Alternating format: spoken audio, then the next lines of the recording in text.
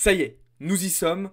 Tous les ETF spot Bitcoin ont été acceptés hier soir par la SEC officiellement. Alors, quelle prochaine grosse étape pour le marché des crypto-monnaies? C'est ce qu'on va voir dans cette vidéo, les amis. Bienvenue à toutes et à tous dans cette nouvelle matinale trading. Mais on ne va pas parler que de ça ce matin. On va parler aussi de ce qui va se passer d'un point de vue macroéconomique sur les marchés financiers traditionnels, puisque on va avoir une fin de semaine très intense et donc pas mal de choses à décortiquer et à travailler ce matin. Juste avant de commencer, comme d'habitude, je vous invite à vous abonner si ce n'est pas déjà fait et surtout à nous rejoindre dans le serveur Discord. Le lien est dans la description. Vous l'avez compris, les ETF, les 11 ETF spot Bitcoin demandés par les différents fonds d'investissement américains ont été acceptés officiellement par la SEC, le régulateur financier américain. C'était la news qui était attendue depuis des mois et des mois et des mois sur le marché des crypto-monnaies. Ça y est, nous y sommes enfin. Réaction très décevante de Bitcoin qui, contrairement à certaines attentes, a très peu réagi à l'annonce officielle de la SEC. D'accord? Alors pourquoi? Eh bien, comme on vous l'a déjà expliqué, simplement parce que justement, ça fait déjà plusieurs mois que cette news est attendue. Elle a donc été déjà totalement intégrée dans le cours du Bitcoin. Elle a déjà été pricée. Alors évidemment, la fake news de mardi soir n'a rien arrangé, puisque du coup la volatilité à attendre, qu'on attendait pour l'approbation, a été concentrée sur mardi soir, et donc hier soir, beaucoup moins de réactions. On a eu un petit dump dans un premier temps, avant de revenir chercher des targets en direction des 47 500 $. Alors, quelle est la suite pour Bitcoin? Globalement, on reste dans le plan qu'on a depuis plusieurs semaines maintenant, c'est-à-dire de considérer qu'on est relativement proche d'un top local et que le marché pourrait profiter de ce moment pour respirer justement potentiellement jusqu'au halving, ce qui permettrait d'attendre tranquillement cette date fatidique et aussi potentiellement de se rapprocher d'un pivot de la Fed, d'un pivot des banques centrales. On en reparlera un petit peu plus tard dans la vidéo.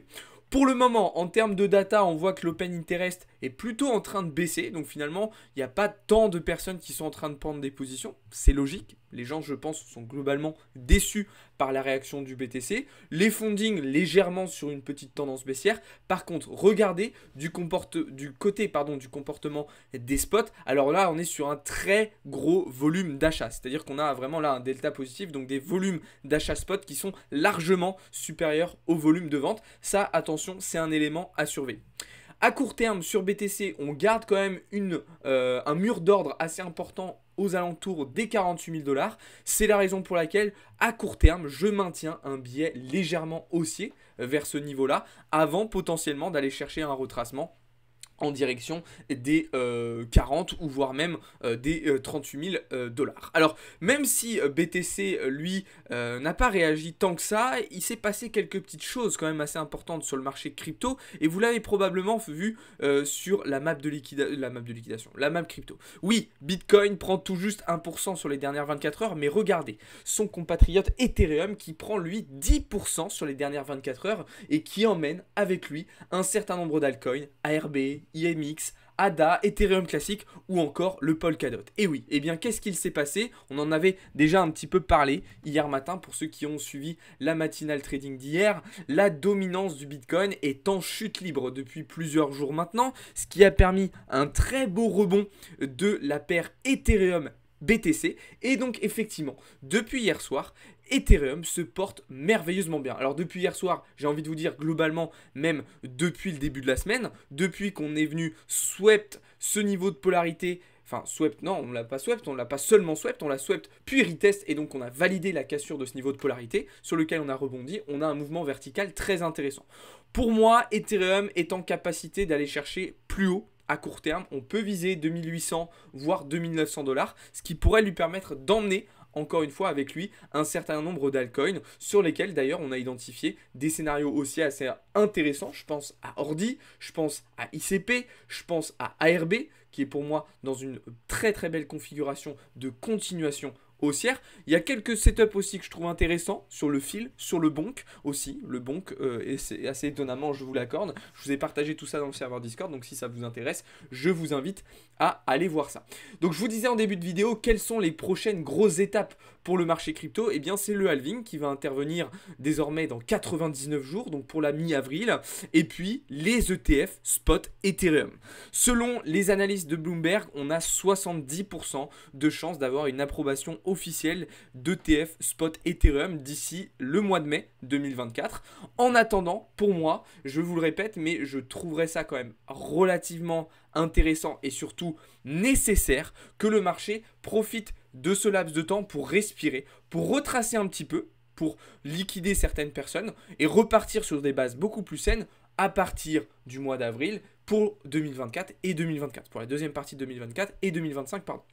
Donc l'idée potentiellement, ça serait d'ici le mois d'avril d'avoir un retracement, allez, on va dire, entre 32 et 38 000 dollars. Pour moi, c'est la zone vraiment idéale de rechargement. Donc ça nous ferait, attention quand même, ça nous ferait un retracement, potentiellement si on va à 38, quand même de plus de 15%. Et si on va jusqu'à 32 000 dollars, ça nous ferait un retracement de 30% quand même. Donc ça ferait vraiment un bon gros nettoyage. C'est quelque chose qu'on a déjà vu lors des précédents bull run. Souvent, on avait une période pré-halving qui était signifiée par un dernier dump avant d'entamer une phase de run un petit peu plus importante, évidemment. Ok, alors pour revenir aussi brièvement sur la décision de la SEC hier soir, malgré l'approbation des ETF spot Bitcoin, la SEC maintient un discours anti-crypto en précisant bien qu'elles avaient certes accepté les ETF, mais qu'elles restaient contre les crypto-monnaies. D'accord? Donc en fait, on voit clairement que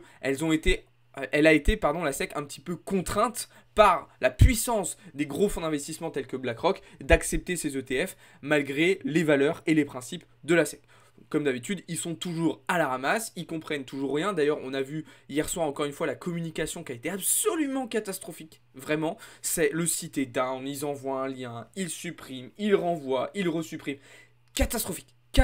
Vraiment de l'amateurisme pur et dur de la part de la SEC. Donc vous voyez que malgré que ce soit l'une des plus grandes instances des États-Unis et financières au monde, c'est une catastrophe, c'est mal géré, c'est de l'amateurisme. Alors je ne sais pas s'il y a beaucoup de stagiaires en ce moment à la SEC, mais en tout cas je pense qu'il va falloir faire un petit peu de ménage.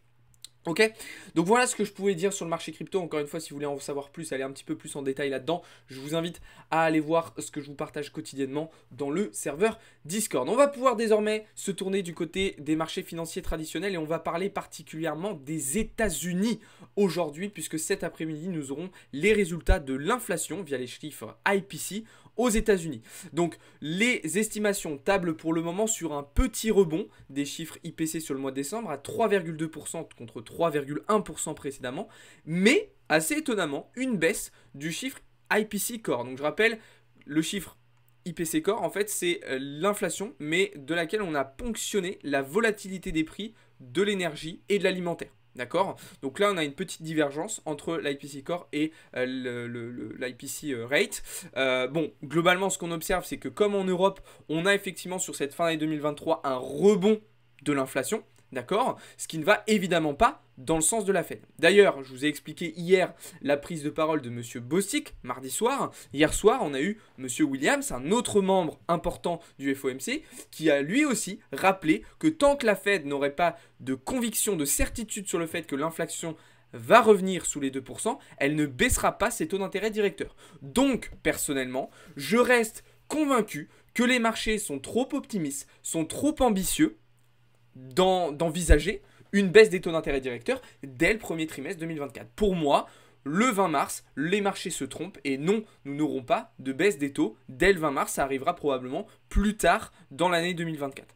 De ce fait, je maintiens un biais plutôt haussier sur le dollar qui d'ailleurs pour le moment continue de se maintenir au-dessus des 102 points. Alors depuis une semaine, le dollar qui est d'ailleurs très peu volatile, mais selon moi, ça devrait s'activer et s'intensifier sur cette fin de semaine puisque oui, je vous l'ai dit, aujourd'hui, nous allons avoir les chiffres de l'inflation aux États-Unis, mais demain sera aussi une journée importante puisque nous aurons les chiffres de l'inflation en Chine, la croissance au Royaume-Uni, l'inflation aussi en France et en Espagne, ainsi que les prix à la production aux États-Unis. Donc on va avoir une fin de semaine beaucoup plus intense, avec potentiellement plus de volatilité, et ça on l'observera en fonction du comportement du VIX. Je rappelle, le VIX qui est un indicateur de volatilité, un indicateur de stress sur le marché, qui corrige depuis le début de la semaine, ce qui explique aussi Et par ailleurs, eh bien, les belles réactions qu'on observe notamment ce matin sur les indices européens, certes, vous le voyez ici avec le DAX et le CAC, mais aussi sur les indices américains depuis hier. Donc là, j'ai quelques petites positions dans le rouge, vous voyez sur S&P 500, Nasdaq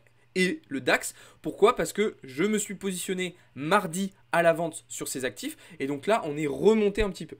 Donc évidemment j'ai des zones d'invalidation relativement proches. Par exemple sur le Nasdaq, si on repasse au-dessus des 17 000 points, je clôturerai ma position. Ok? Simplement, c'est ma zone d'invalidation. Mais je reste convaincu qu'on va avoir du retracement, qu'on a besoin de retracement. Donc voilà pourquoi j'ai cette position d'ouvert. Globalement, je suis sur une bonne semaine et sur un bon début 2024 en termes de performance. Alors même si voilà, j'ai du PNL non réalisé, puisque vous voyez que ces positions-là, si je les clôture, je vais avoir du PNL négatif réalisé. Mais pour le moment, je suis quand même sur un bon début 2024 en termes de performance. Donc c'est plutôt intéressant. Voilà ce que je pouvais vous dire là-dessus. Donc comme je vous disais, je maintiens un biais plutôt haussier sur le dollar. Donc naturellement, je garde un biais plutôt vendeur sur EURUSD. Je garde un biais plutôt vendeur sur le gold. Et voilà, on suit nos lignes directrices, en fait, si vous voulez, qu'on a depuis quelques semaines maintenant. Alors, certaines se confirment, d'autres non, d'autres mettent un petit peu plus de temps. Mais voilà, on reste cohérent par rapport à nos plans, par rapport à nos scénarios, tout en respectant, bien évidemment, nos différentes zones d'invalidation. C'est très important, ne soyez pas dans le déni, c'est le petit conseil que je peux vous donner ce matin. Ne soyez pas dans le déni. Non, il ne faut pas être une girouette et changer de plan d'un jour à l'autre, pas du tout. Mais il faut être capable, quand vous atteignez vos zones d'invalidation, de switcher rapidement de biais et de passer acheteur ou de passer vendeur en fonction de ce que vous étiez initialement. Ok, c'est vraiment très très important les amis, de ne pas être dans le déni, de pas vous se voiler la face et mettre de côté les informations qui ne vont pas dans votre sens. Ça c'est vraiment une erreur qu'il faut absolument éviter, ça peut vous coûter extrêmement cher, je vous le rappelle. Alors évidemment, ce rebond des indices, il n'est pas uniquement dû à ça. On l'a vu aussi depuis le début de la semaine. On a des performances sur les 7 magnifiques, donc extension GAFAM, je rappelle, qui sont assez extraordinaires. On a comblé 75% des pertes de la semaine dernière, ce qui explique aussi ce rebond assez pertinent. Attention, demain, on aura aussi le début des résultats des T4 des banques aux États-Unis qui pourraient avoir un petit peu de poids aussi dans les performances de tout cela. Voilà les amis, on arrive au terme de cette vidéo déjà, j'espère qu'elle vous a plu. Si c'est le cas, n'hésitez pas à me le dire dans les commentaires. Cet après-midi, on se retrouve à partir de 14h15 en live pour suivre les annonces macro du jour et l'ouverture des marchés américains. Bien évidemment, on se retrouve aussi tout au long de la journée dans le serveur Discord comme d'habitude. Les amis, je vous invite à le rejoindre, vous avez le lien dans la description. Sur ce, je vous souhaite à toutes et à tous une merveilleuse journée. Merci de m'avoir écouté et de m'avoir regardé. Ciao tout le monde, c'était Alex pour Blockchain Capital.